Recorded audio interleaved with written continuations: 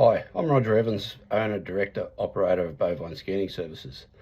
I've been asked on behalf of Dale and Ben from Wattlegrove Speckled Parks just to do a brief overview of scanning, raw data, how to look at it, and where you can go with it, so in regards to your own operation. Basically, ultrasound or scanning is the use of an ultrasound machine to obtain the carcass characteristics of an animal while it's live. So basically, we use an ultrasound machine. We can measure the animal. We can measure pH fat, which is the fat on the outside of the rump steak. We can measure the fat over outside of the 12th-13th rib, the muscle on the outside of the 12th-13th rib, which is equivalent to the fat on the outside of your T-bone, but one rib further forward. We do an eye muscle area, which is a cross-sectional area of that top muscle in your T-bone, and we do an intramuscular fat, which is the amount of fat that is located as a percentage within that top muscle of your T-bone. Intramuscular fat can be confused with marbling. Intramuscular fat is the fat that solidifies out upon chilling when the animal is killed, and intramuscular fat is what is expressed, what is chills out and expressed in the form and to give us our marble score. So, just to give you a little heads up in terms of slight difference in terminology, but it's those three carcass attributes of fat, muscle, and IMF is what's required for our target specifications for our target market. So, if you go to a sale and you see ultrasound data for on a subsheet, such as the one that we have here, which is the Wattlegrove one for the heifer sale coming up, these cattle have been scanned by an operator, and from those cattle that we can see, they all have their own P8, rib, EMA, and IMF percentages. So when we look at this data, we've got to remember the fact that we can only compare animals' raw data when they're of the same age under the same nutrition. So what I mean by that is that the cattle of the same age, fed the same nutrition on the same property, we can actually look at the differences between those animals to help with our selection for our production systems. I've actually gone through and split the sale cattle into groups of cattle that are either on a 2 to 3 month basis. So that just gives us a little bit more of a fine-tuned handle on comparing cattle of the same age, because some cattle that are a lot younger aren't going to have the chance to express what they have on a carcass-wise compared to cattle as they get older. So what I've done is gone through and split those up, remembering that what we scan is the actual phenotype of the animal, and the differences, because they're on the same nutrition, is due to the genetic basis of those animals. So it allows us to go through and compare the different animals that have been under the same nutrition, running in the same property, to see the differences in those carcass characteristics. So in terms of looking for the differences in the raw data, we can actually go through and look at those cattle and get an indication of what cattle will actually give us either more EMA, more IMF, or more subcutaneous fat. So just for example, in that first lot of cattle, there's some cattle there that in terms of expressing a heap of EMA. So that R140, I think she's lot 2, her EMA is 110 square centimeters for a body weight of 590. You compare her to another animal, so R161, who's 87 for 481 kilos.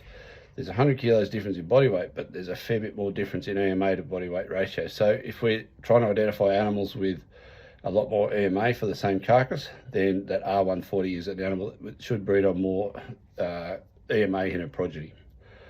So what we're looking to do is to compare within animals within the same group, knowing that when I've said that we can only compare animals on the same age, same nutrition, we can't compare these cattle directly to cattle on another property that have been under a different feeding, a different nutritional, or different age system. So just remember, when you see raw data, that it is only to compare cattle within the same operation, so that are the same age, same nutrition, and that'll give you a greater handle in terms of being able to select differences between those animals.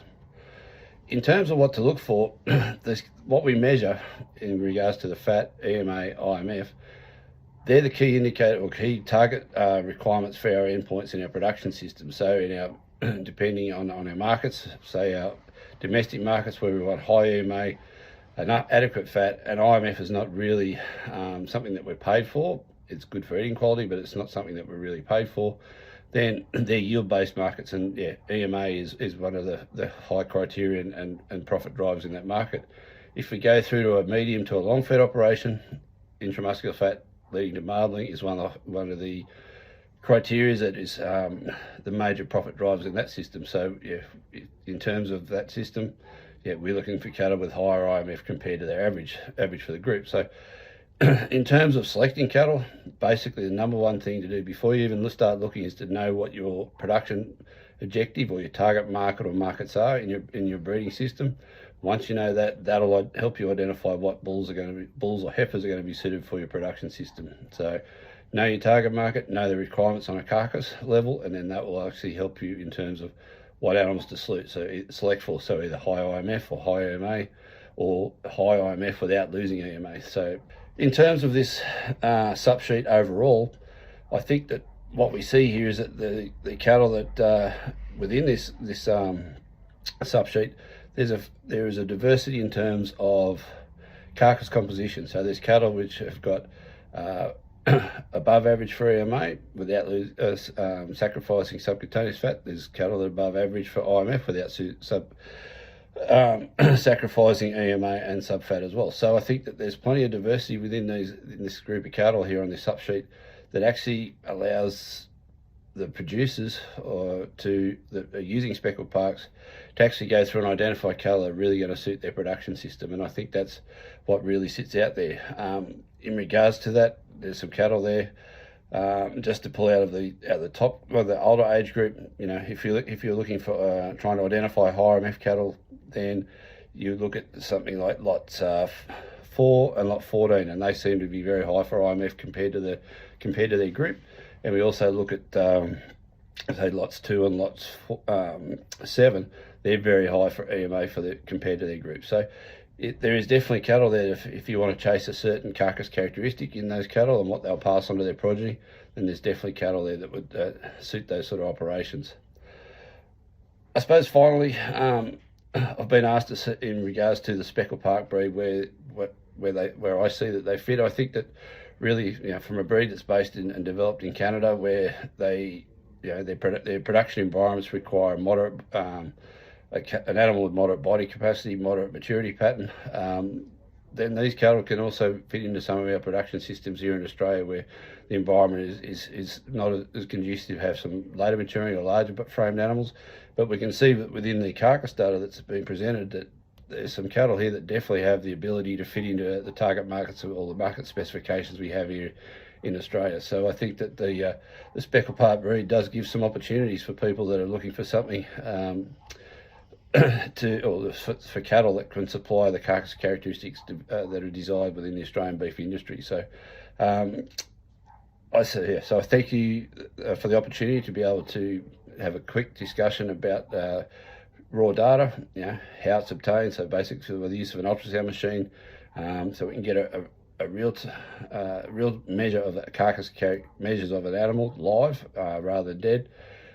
How to compare those cattle. So yeah, number one rule is to only compare cattle that are of the same age and the same nutrition when we're looking at raw data.